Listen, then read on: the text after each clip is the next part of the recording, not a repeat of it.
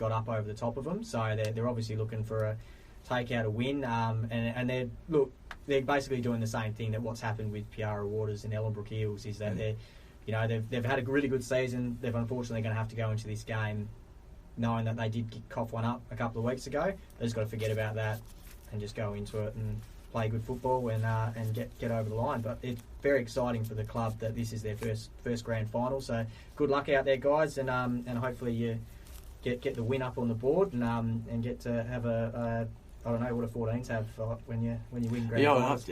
I forget. No, your parents take you out for pizza. How's that sound? Pizza. Actually, your parents take you out for pizza anyway because you guys deserve it. Your champions just getting into a grand final. Well done. Actually, I think that's exactly what we did. Or you can eat Pizza Hut. That's not a thing anymore. But no, they're well and truly gone. So if you want to follow the Rovers, they do have a Facebook page. So they're the Ellenbrook Rovers Christian Football Club. They're growing quite big already. They've got a few juniors team, and we'll put something up on our Facebook page a bit later so you can find them yourself. They've got men's and women's teams, and they've got a great little oval set up with I think it's the AstroTurf, but they're set up pretty well at the moment. But to the team, 14s, great work, guys. Go out there, play your best, have fun, and mum and dad need to buy you pizza. So, all right, we're going to go to a quick music break. Coming up after the break, we have Rick Ellard's going to be coming in, and he's going to have a talk to us. All right, and we're back. You're listening to 88.5 FM, Alby, Brucey and Donny, and we're in the sheds, and I got it right this time. You can find us on Facebook, or you can follow us on Twitter. Donny, what's that Twitter handle again? At the Sheds 885. Fantastic. So, as I said before, we are joined by Rick Ellard, who is a Swan Valley Football Club life member, 3 times best and fairest. Is that right, Rick? Yeah, mate, lucky enough to score 3, yeah. Yep. Oh, it's a wonderful effort. Now, Rick, you've come in today to talk to us about a walk in the park. So, can you just explain briefly what that is? Yeah, just a quick overview. Parkinson's West Australian have a yearly annual walk in the park down at Perry Lakes. And it starts at 9:30. People start the gathering, and the walk starts at 11 o'clock. There's 2 walks. There's a 5k walk and a 2k walk. And there's also magicians, clowns, and acts and that sort of thing to keep the people entertained. And there's a bit of a picnic afterwards, and it's all to raise money. It's $25 to start as a nomination to get into the walk, and whatever money you can raise aside that is all a bonus for research in Parkinson's. Yeah, no, that's fantastic, and you're doing it with your family. Are you doing the 2k or the 5k? No, I'll struggle to do the 5k, mate. Yeah, I'll get that up. You'll get that going. Fantastic.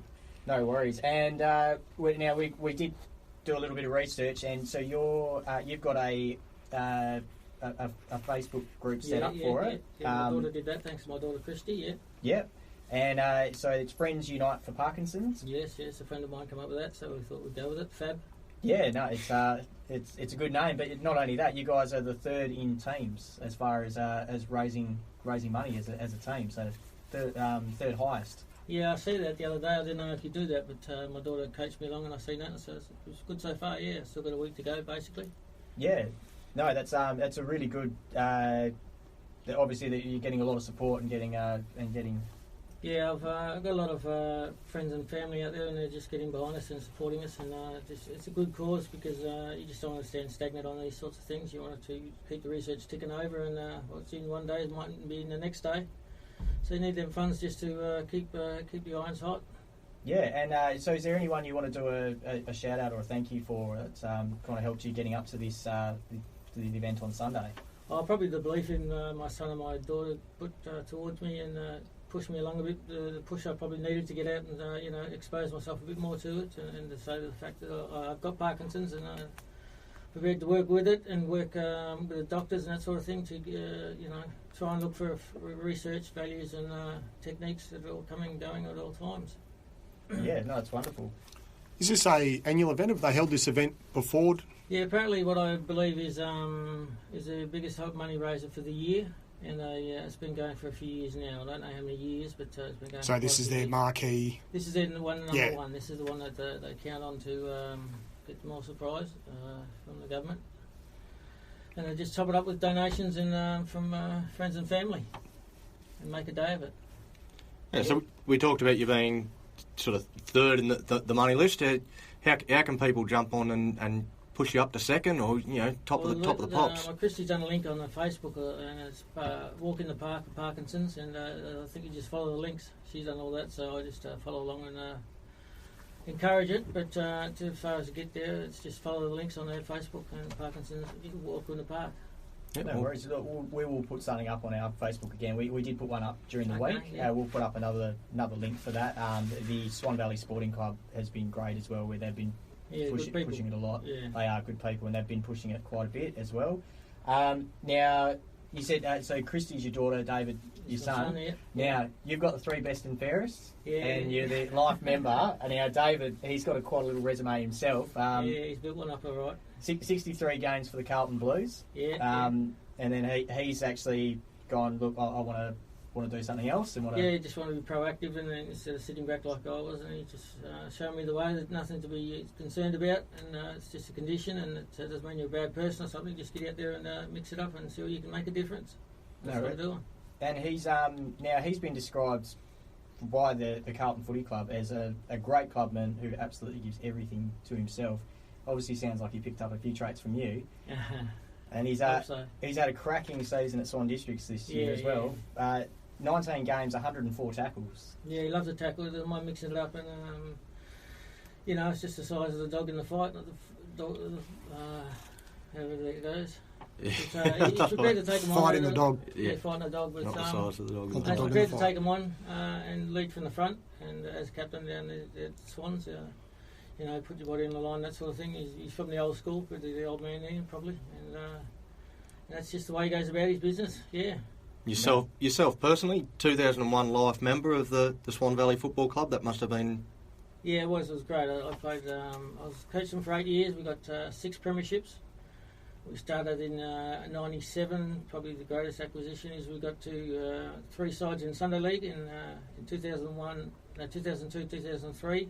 We couldn't sustain it, but there was a big coming from a 1 grade Hills team to a 3 grade Sunday League team. And we've gone back now with amateurs now, and we're doing well in the amateurs, and we're getting in the numbers and got our Colts back, and we've got our Ds and our reserves in the league, so things are pointing in the right direction, Yeah, no, it's all going ahead really well. So just again, if you want to donate to this wonderful cause, there's we'll put the links up on the site, but otherwise you can visit a Walk in the Park. They have a Facebook page, and they also have a website. So it's perth.parkinsonswalk.com.au, and welcome to go check out that. How many people do you think you've got going with you, Rick? Roughly I'd say about 45, 50, yeah, I'd say. So that'll top it off, yeah. Within the next few days I'll probably get a couple more, and that's family and friends, so and that's little east to oldies. Yeah. So I've got a whole mixed crew. And I did have a quick look at the website, and they gave me some info. So you can bring your dog. So you can actually take your dog. Yeah, you can take your dog for a walk. Yeah. They've got, as far as entertainment goes, they've got the Bollywood dancers. Yeah, a bit of humour there, they reckon. Yeah, the Wasamba drummers. What's a Wasamba drummer? I have no idea, but they're going to be there, mate. They're going to be there. They're going to be making some noise. Yeah, they're going to be there. They're playing the Wasamba. The Wasamba. Yep. I love that dance. The singers from, and I like this play on word, the Parkinson support program. I'll give that a miss. Yeah.